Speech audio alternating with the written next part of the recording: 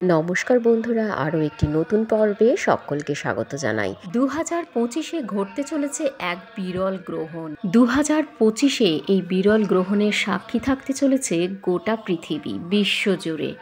আজকের এপিসোডে নিয়ে এসেছি 2025-এর গ্রহণ স্পেশাল এপিসোড। সবার প্রথমে জেনে নেব আজকের এপিসোডে কি কি রয়েছে।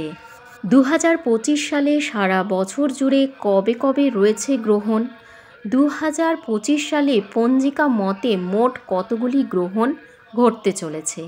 এর সঙ্গে আমরা অবশ্যই জেনে নেব 2025 সালের পঞ্জিকা মতে সেই সকল গ্রহণের সঠিক সময়সূচি। এই গ্রহণ পৃথিবীর কোন কোন জায়গা থেকে দেখা যাবে, তার সাথে সাথে জেনে নেব এই গ্রহণ কি ভারত এবং বাংলাদেশ থেকে দেখা যাবে, এবং এই গ্রহণের চলাকালীন পঞ্জিকা মতে কিছু সতর্কতা অবলম্বন করতে বলা হয়েছে, বিশেষত যারা গর্ভবতী মহিলা রয়েছেন তাদের জন্য। সুতরাং এই বছর গ্রহণের জন্য গর্ভবতী মহিলাদের কি কি সতর্কতা অবলম্বন করতে বলেছে পঞ্জিকা মতে, তার সাথে গ্রহণের কুপ্রভাব থেকে মুক্তির উপায়। গ্রহণ যতই একটি মহাজাগতিক ঘটনা হোক না কেন, তার বিভিন্ন রূপে ব্যাখ্যা রয়েছে। তাই আজ এই সমস্ত কিছুই রয়েছে আজকের ভিডিওতে। তাহলে ফ্রেন্ডস, দেরি না করে যারা প্রথমবার আমার ভিডিওটি দেখছেন তারা অবশ্যই চ্যানেলটিকে লাইক, কমেন্ট, শেয়ার এবং সাবস্ক্রাইব করার পরে পাশে থাকা বেল নোটিফিকেশনটা প্রেস করবেন। এর জন্য যখন যখন নতুন ভিডিও আসবে আমার চ্যানেলে আপনার কাছে তার নোটিফিকেশন যাবে সবার আগে। 2025-এ মোট ঘটতে চলেছে 4টি বিরল গ্রহণ। এই 4টি গ্রহণের মধ্যে 2টো সূর্যগ্রহণ এবং 2টি চন্দ্রগ্রহণ ঘটতে চলেছে। এবারে আমরা একে একে জেনে নেব সেই বিরল গ্রহণের সম্পূর্ণ তথ্য। সবার প্রথমে জানব প্রথম যে গ্রহণ রয়েছে এবছরের। প্রথম গ্রহণ এবছরে ঘটতে চলেছে আগামী 14ই মার্চ শুক্রবার। এটি একটি পূর্ণগ্রাস চন্দ্রগ্রহণ। এবারে জেনে নেব এই পূর্ণগ্রাস চন্দ্রগ্রহণ কোন কোন জায়গা থেকে দেখা যাবে। আমেরিকা, ইউরোপ, আটলান্টিক মহাসাগর, পশ্চিম ইউরোপ, ভারত এবং বাংলাদেশে কিন্তু এটি অদৃশ্য থাকবে। 2025-এ দ্বিতীয় গ্রহণ ঘটতে চলেছে আগামী 29শে মার্চ শনিবার 2025-এ। এটি একটি খণ্ডগ্রাস সূর্যগ্রহণ ঘটতে চলেছে। এই খণ্ডগ্রাস সূর্যগ্রহণ দেখা যাবে ইউরোপ, এশিয়া, আফ্রিকা, নর্থ এবং সাউথ আমেরিকা এবং আটলান্টিক ওশান। ভারত এবং বাংলাদেশ থেকে এই গ্রহণ একেবারেই দৃশ্যমান নয়।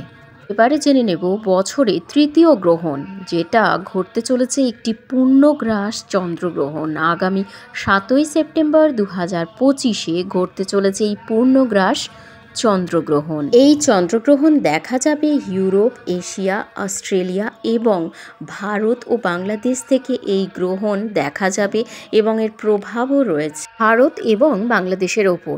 আজকের এই ভিডিওতে আমরা শেষ যে গ্রহণ রয়েছে 2025 সালে সেই সম্বন্ধে আলোচনা করে নেব। চতুর্থ গ্রহণ ঘটতে চলেছে 21শে সেপ্টেম্বর রবিবার 2025-এ।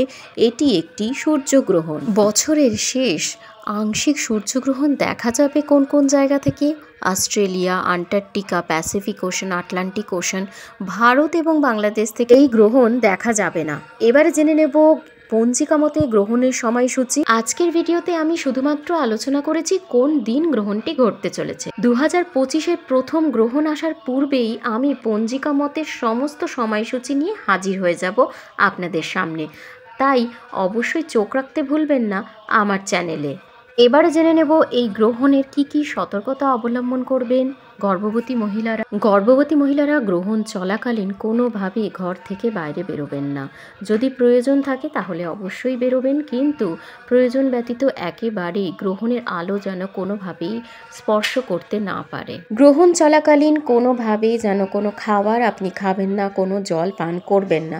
তবে প্রয়োজনে ওষুধ এবং জল যদি পান করতেই হয় তাহলে গ্রহণ শুরু হওয়ার আগেই জল এবং খাদ্যের ওপরে অবশ্যই তুলসী পাতা রাখবেন এবং গ্রহণ চলাকালীন সেই জল এবং সেই খাদ্য আপনি অবশ্যই গ্রহণ করতে পারবেন। এছাড়া গর্ভবতী মহিলারা কোনোভাবেই গ্রহণ চলাকালীন সুঁচ সুতো দিয়ে সেলাই করা থেকে নিয়ে শুরু করে ধারালো কোনো অস্ত্র, ছুরি, কাঁচি দিয়ে কোনো রকম কোনো জিনিসেরই ব্যবহার করবেন না।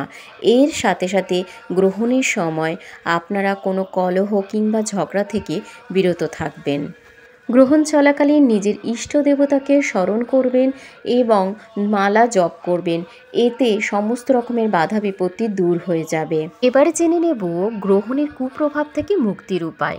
গ্রহণ একটি মহাজাগতিক ঘটনা থাকলেও এর কিন্তু নানান ব্যাখ্যা রয়েছে, তাই এর কুপ্রভাব কিন্তু থেকেই যায়। কুপ্রভাব থেকে মুক্তির জন্য কি কি করবেন? গ্রহণ চলাকালীন কোনোভাবেই পূজা করবেন না, ঠাকুরের আসনে আরতি কিংবা সন্ধ্যা কিছুই দেখাবেন না। এর সাথে সাথে গ্রহণ যখন কেটে যাবে তারপর সমস্ত বাড়িতে পরিষ্কার করবেন।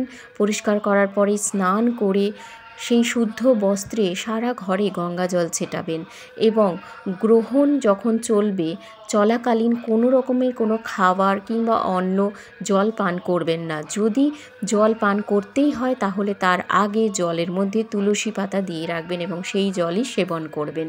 গ্রহণ চলাকালীন বাড়ির বাইরে বেরোবেন না প্রয়োজন না থাকলে।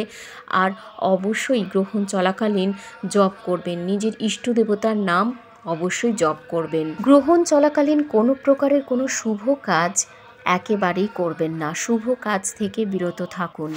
আশা করি ফ্রেন্ডস আমার আজকের ভিডিও আপনাদের ভীষণ ভালো লাগছে, আর ভালো লাগলে চ্যানেলটিকে লাইক, কমেন্ট, শেয়ার এবং সাবস্ক্রাইব করতে ভুলবেন না। আজকের ভিডিওতে আমি কিন্তু গ্রহণের সঠিক পঞ্জিকা মতে সময়গুলি বললাম না, এই সমস্ত সময়গুলি নিয়ে গ্রহণ আসার পূর্বেই আমার চ্যানেলে ভিডিও আসবে। তাই ফ্রেন্ডস আজ এ পর্যন্তই, আবার হাজির হব নতুন ভিডিও নিয়ে।